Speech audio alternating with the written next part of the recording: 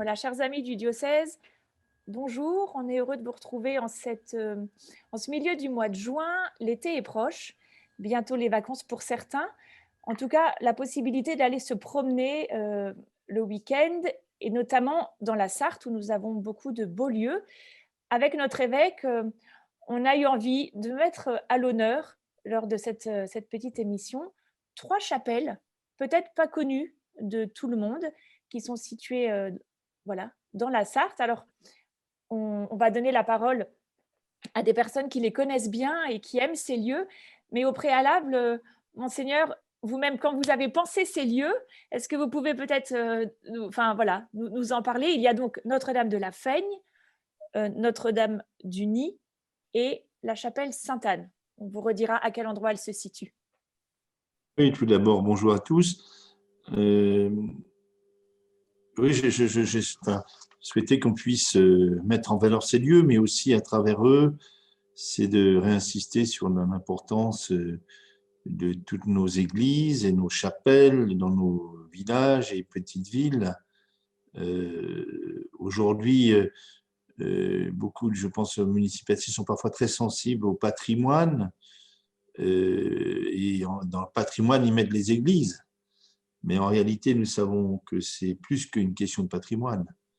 C'est une question à la fois d'héritage de la mémoire, mais aussi nos chapelles disent quelque chose des racines chrétiennes de notre histoire, mais aussi sont des lieux où nous pouvons rejoindre le Seigneur lui-même, au fond.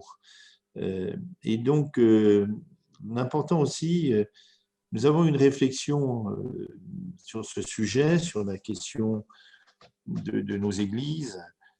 Souvent, elles sont isolées, pas toujours ouvertes dans nos campagnes, et faire prendre conscience que c'est la maison des chrétiens. Enfin, que chaque chrétien, peu importe les lieux, doivent s'approprier, faire vivre ces lieux. Et de fait, j'ai pensé qu'il y a des lieux à connaître ou à redécouvrir dans le diocèse.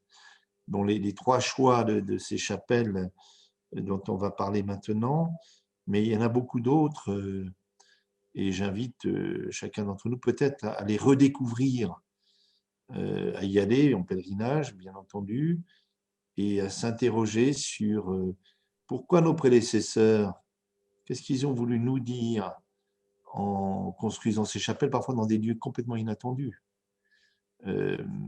C'est une parole inscrite dans la pierre, inscrite dans le paysage, inscrite dans la culture.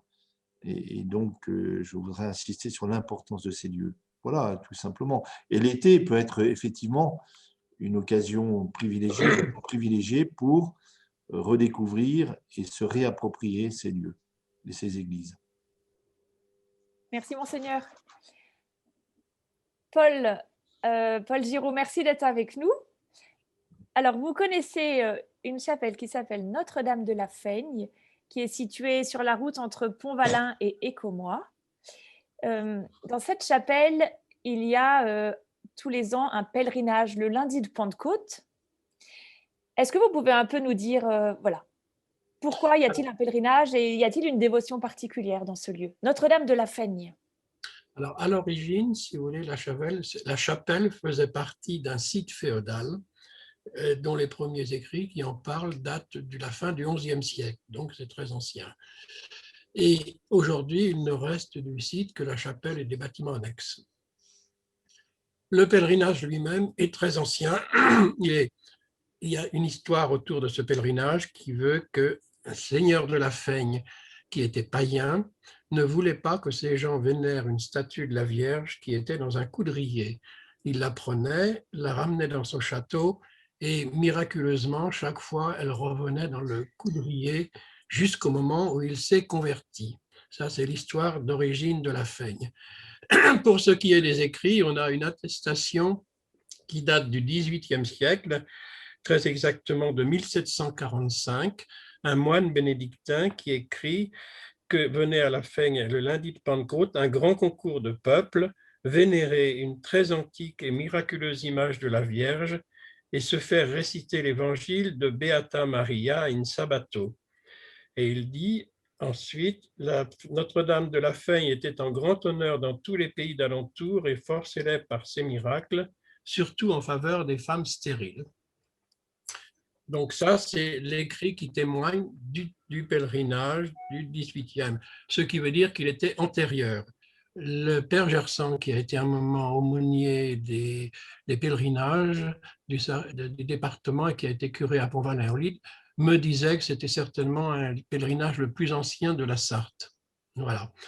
Donc, en 1984, avec l'abbé Roule, on a décidé de le remettre à l'honneur en y accolant également une fête populaire qui est très connue, qui était très connue depuis des décennies dans les lieux. Actuellement, donc, tous les lundis de Pentecôte, sauf l'année dernière à cause du Covid, donc depuis 1984, nous avons cette fête de la Feigne à la fois religieuse et populaire, qui attire du monde.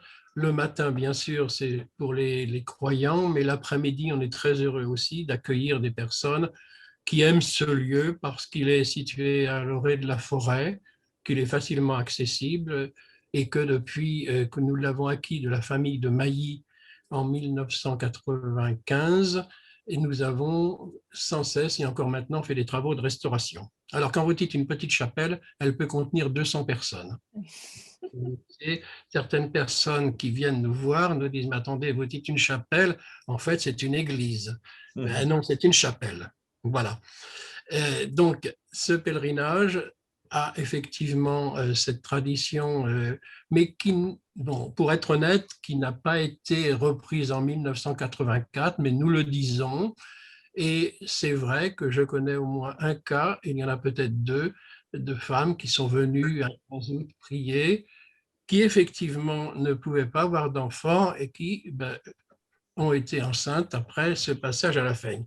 Alors évidemment, l'Église, et moi je ne suis rien du tout là-dedans, mais l'Église est très prudente à ce niveau-là. Mais cette tradition existe et bien sûr, on en parle.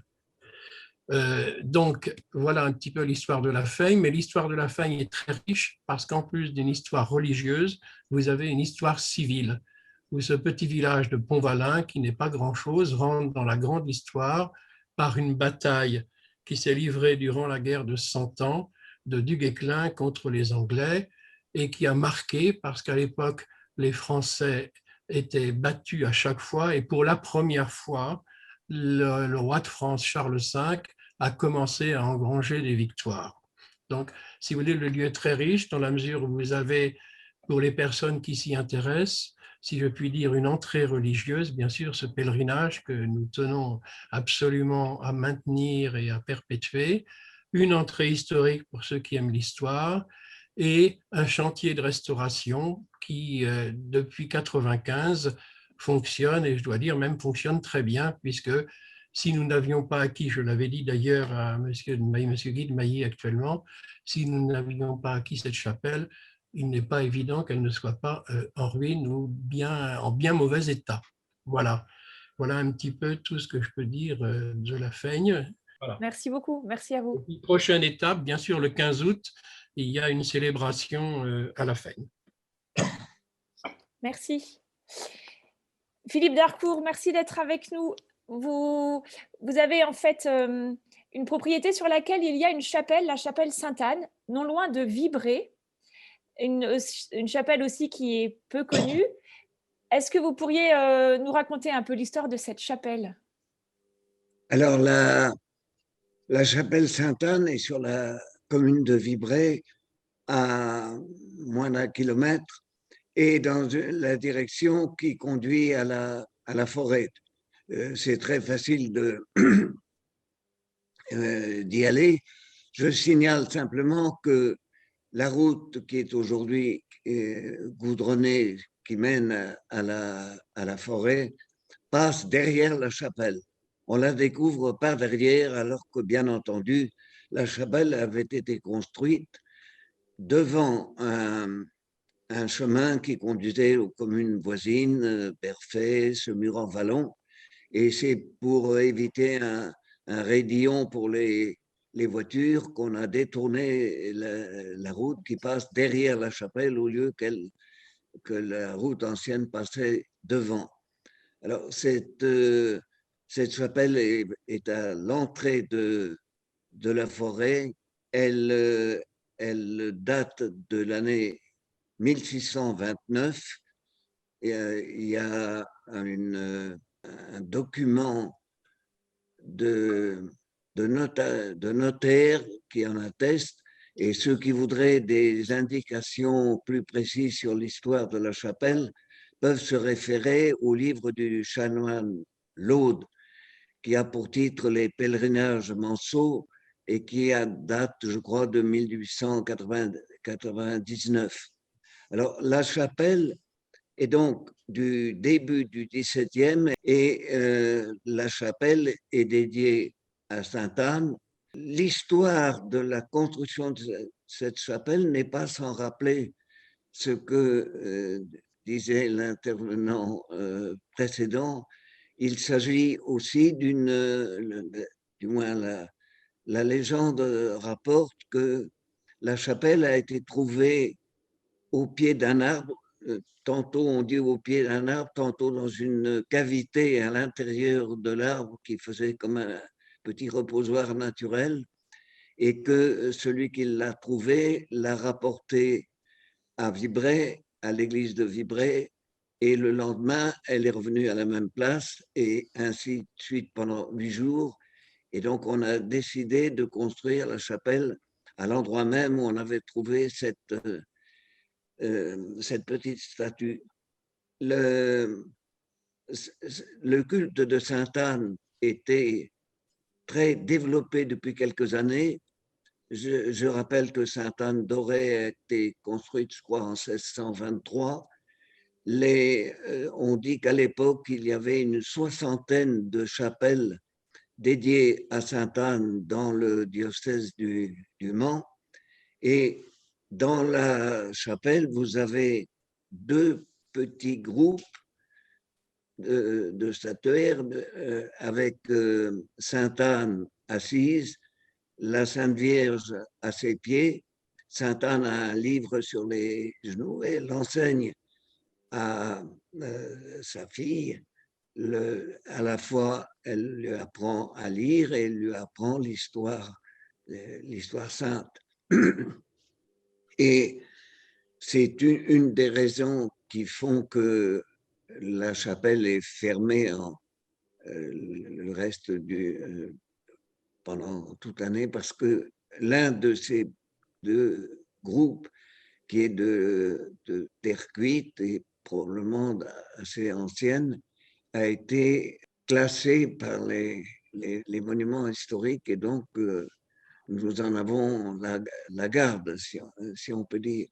La chapelle a fait l'objet d'un pèlerinage tous les ans, je crois de manière ininterrompue, entre 1630 et aujourd'hui.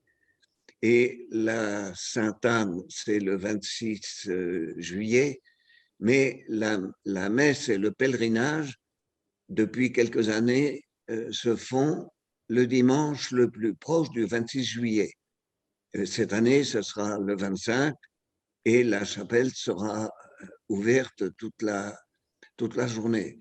À la différence de la chapelle précédente, c'est une toute petite chapelle très modeste, et on ne peut pas être beaucoup plus d'une dizaine à l'intérieur de la chapelle, et d'une manière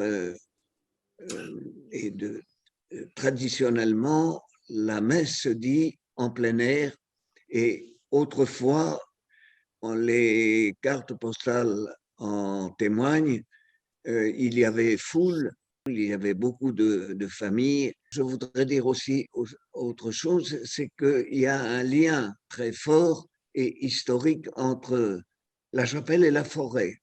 C'était sur le chemin, le principal chemin d'accès de la forêt, que la chapelle avait été bâtie, et autrefois, il y avait foule de gens qui travaillaient dans la forêt et qui passaient toujours devant la chapelle et qui faisaient souvent leur dévotion, leur prière en allant ou en rentrant.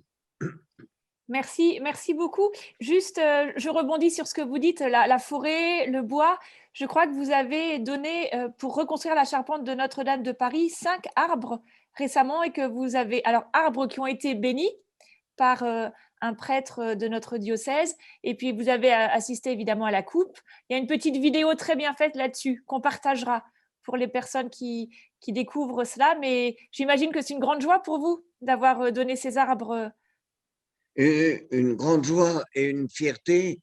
Bon, il y en a un seul parmi les 5 qui a été béni parce qu'ils n'ont pas été récoltés tout à fait au même endroit. Nous sommes très reconnaissants d'avoir donné ce sens religieux à ce qui est pour nous une offrande pour la reconstitution de Notre-Dame. Et la bénédiction de l'arbre et puis de ceux qui l'entouraient et qui l'ont couché par terre était pleine de sens pour nous. Merci beaucoup. Merci. Père Grégoire, vous connaissez une petite chapelle qui est qui est en face de l'abbaye de Solesmes, Notre-Dame du Nid. Pouvez-vous nous en dire un mot? Je ne sais pas très bien pourquoi vous connaissez cette chapelle. Alors, je vais vous en dire un petit mot d'abord. On connaît Solesmes pour l'abbaye qui est au bord de la Sarthe. On connaît beaucoup moins sur le flanc opposé du côté de Juigné, une toute petite chapelle. Alors là, pour le coup, il n'y a pas 200 places. C'est véritablement une petite chapelle qui s'appelle Notre-Dame du Nid et qui a été construite dans les années 1930 par le sculpteur Raymond Dubois. Alors Raymond Dubois, ça dit peut-être à un certain nombre de gens, mais pas forcément à tous. Récemment, le diocèse a distribué cette petite image de Saint-Joseph. Et voilà une des sculptures de Raymond Dubois qui se trouve à la Solitude chez les sœurs.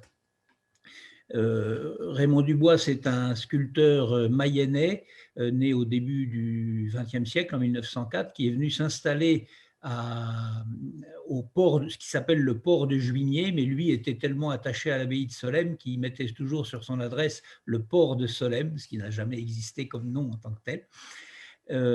Et au début des années, lui-même était issu d'une famille dont les parents étaient désunis. Et au début des années 30, une dame fortunée lui a demandé de construire cette chapelle en souvenir, en ex-voto en quelque sorte, pour le mariage de sa fille, je crois, qui était en péril et qui avait été sauvée par les prières justement à Notre-Dame. Et donc la chapelle a été construite dans cette optique-là et consacrée à la famille. Alors, on y trouve toute une série de sculptures, je crois une douzaine d'œuvres de Raymond Dubois. Ça va du tympan de la petite chapelle jusqu'à un chemin de croix, en passant par un bas-relief de la Seine, et puis quelques allusions à des saints qui sont des saints très marquants par rapport à la famille, notamment Anne-Marie Taïgui, qui n'est pas très connue, une mère de famille. On y trouve sa représentation. On y trouve Thomas More, qui est martyr du mariage. Et on y trouve aussi, si on cherche bien, une petite sculpture qui est la signature du sculpteur, où il s'est représenté lui-même en train de sculpter. Voilà. Et puis alors, pourquoi Notre-Dame du Nid? Parce qu'à l'époque, c'était plutôt Notre-Dame du mariage, enfin de la famille, parce que le sculpteur a voulu faire une grosse statue en buis et il voulait représenter dans les bras de Marie le couple avec les anneaux. Il tenait les anneaux comme ça et il tirait sur les anneaux au point de presque les casser. Et quand il a sculpté ce motif-là, il est tombé sur sur un os, sur un nœud. Et quelque chose lui est comme apparu en faisant ça. Il a vu pratiquement apparaître un nid. Et donc, il a sculpté juste derrière ces anneaux un nid dans lequel il y a des œufs. Et il a appelé cette chapelle donc Notre-Dame du Nid, là où la rupture du mariage, grâce à la prière à Marie, a engendré au contraire une famille et une famille qui porte du fruit, quoi. Alors voilà, c'est une toute petite chapelle qui se rejoint par un petit raidillon, mais qui est bien aménagé, antidérapant, donc même des gens qui ont du mal à marcher peuvent arriver à monter là-haut.